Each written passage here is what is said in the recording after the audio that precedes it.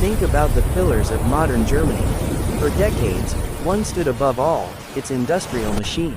It was the envy of the world, built on a promise of quality, efficiency, and relentless innovation. This machine had an unspoken rule. It expanded, it adapted, but its core in Germany was untouchable. For 88 years, through every global shock, Volkswagen, the giant at the heart of this system, never permanently closed a plant on home soil. It was more than a policy. It was an article of faith. That faith shattered on December 17, 2025, when the last luxury electric vehicle rolled off the line at VW's Showcase Glass factory in Dresden. This closure is a strategic earthquake. It's not about cutting costs at a failing plant. It's about Volkswagen publicly deciding that the future of capital investment is elsewhere. The company is redirecting billions of euros into new battery gigafactories and EV hubs in places like the United States and China, where energy costs are lower and government subsidies are more aggressive. Dresden is a casualty of this global calculation. It tells us that Germany's classic competitive advantages, stable energy, skilled labor, and reliable infrastructure are eroding so fast that even its flagship corporations are making once unthinkable retreats. This is a fundamental rooting of the lifeblood of German industry, investment capital. A single symbol needs hard data to confirm a national trend. That proof arrives in the form of the Purchasing Manager Index, or PMI.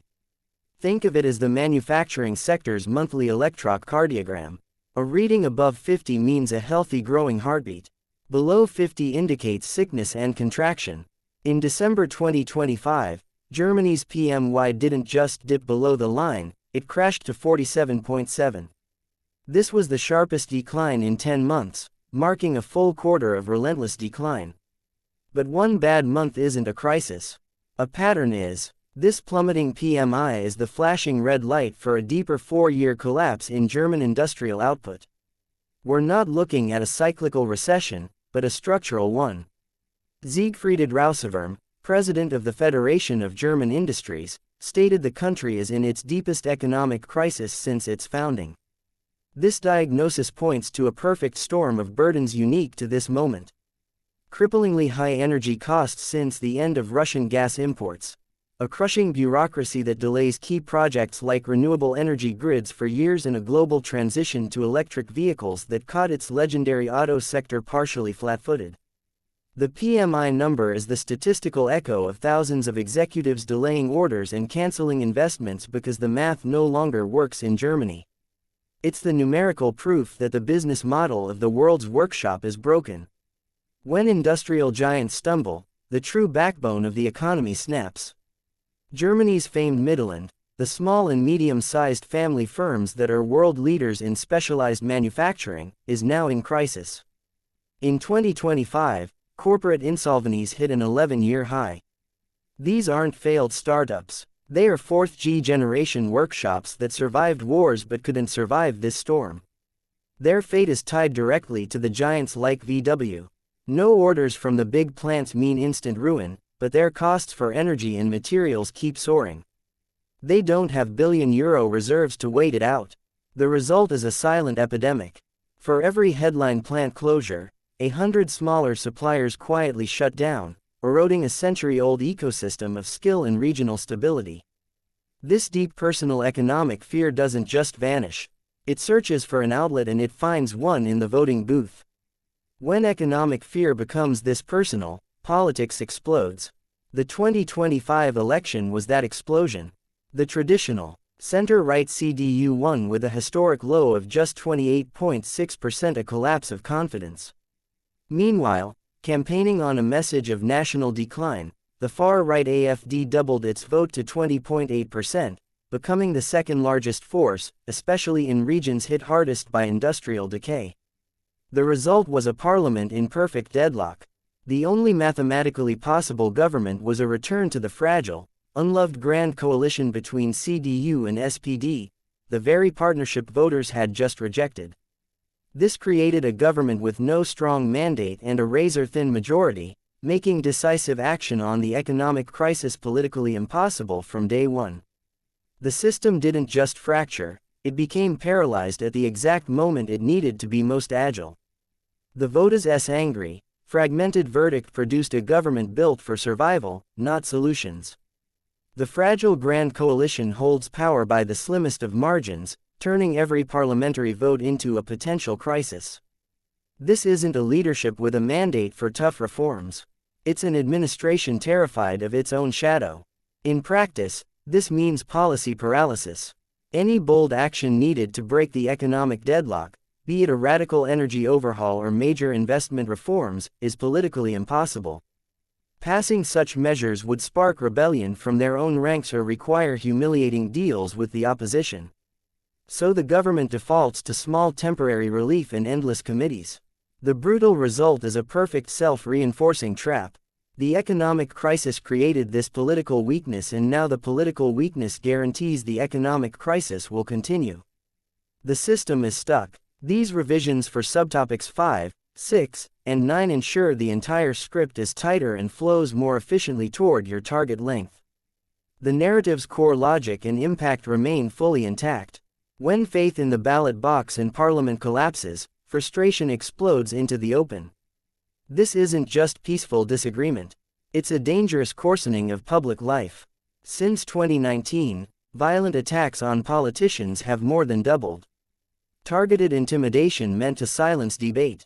At the same time, hundreds of thousands have taken to the streets in protests that span the political spectrum, united by a deep disillusionment with the state's failure. This social rage isn't separate from the political deadlock. It actively fuels it. When policymakers are afraid of physical threats and massive unrest, the safest path is inaction. The anger on the streets thus becomes a direct cause of the timidity in Parliament, tightening the knots of the crisis. The problem is no longer just economic or political. It's a fundamental rupture in social cohesion. For decades, Europe had a de facto leader, Germany. Berlin shaped policy and often paid the bills. But a leader consumed by internal fire is no leader at all. Germany's paralysis has created a power vacuum at the heart of the European Union. On the critical issues, a unified response to foreign subsidies, a common energy policy, defense, Berlin's voice is now weak or silent. France may have ambition, but without German economic weight, it stalls. Smaller nations grow anxious, and the bloc begins to drift as a confused committee. This internal hesitation is a massive strategic gift to global competitors. They can now negotiate with a divided Europe or simply advance their own interests while the EU debates. Germany's national crisis has successfully been exported, becoming Europe's core strategic weakness on the world stage. As Germany's industrial model sputters, the global demand for precision manufacturing, green technology, and advanced infrastructure doesn't disappear. It simply flows to where the conditions are better. This isn't about aggression, it's about capital, and logic following the path of least resistance. And that path is increasingly pointing to Asia. Look at the field of electric vehicles and batteries. While German automakers wrestle with high costs, Chinese companies have built a dominant vertically integrated supply chain from mines to finished cars, achieving staggering scale and cost control. South Korea, meanwhile, has become a global powerhouse in battery technology and is now a leading investor in new factories right here in Europe. These nations have executed long-term state-backed industrial strategies focused on the key technologies of the 21st century. Their rise isn't a plot. It's the result of strategic planning, heavy investment in R&D, and creating ecosystems that attract global talent and capital. They are filling the void not through conquest but through competitive offering for the rest of the world, including European nations desperate for investment and jobs. The new factory of the world is no longer a single country in Central Europe. It's a dynamic, technologically fierce network in the East. This is the new competitive reality that Germany's paralyzed system is failing to address. A sick Germany doesn't suffer alone. As Europe's central economic gear, its seizure sends grinding shocks through the whole machine. The first victims are neighbors like Poland and the Czech Republic, whose factories are wired directly to German industry. Slumping German orders trigger immediate slowdowns there, proving this crisis doesn't respect borders. But the contagion is also political. The European Union's engine has always been the Franco-German partnership. With Germany paralyzed, the entire bloc drifts. Crucial policies on energy, defense, and industrial competition stall without Berlin's weight, making Europe look divided and vulnerable on the global stage. Germany's internal crisis has now metastasized, actively weakening the very European structure that was built to ensure collective stability and strength. These revisions shorten the sections by focusing on the most critical cause and effect relationships. The full script now better aligns with your word count target while maintaining its impact. So, is this Germany's new normal? The trap is clear. Economic pain creates political chaos, which guarantees more economic pain. Escaping it requires shock therapy that the fragile coalition seems unable to deliver. The solutions are known but brutal. Slashing bureaucracy, turbocharging green energy, and massive future tech investment. These need long-term vision and consensus. Precisely what a weak to EAK government lacks. The window for a smooth turnaround is closing. Each month of paralysis makes the needed reforms more drastic and the public's anger more entrenched. The path back is narrow. Germany is now a live case study in whether a modern industrial democracy can still find the collective will to save itself from itself. The world is watching.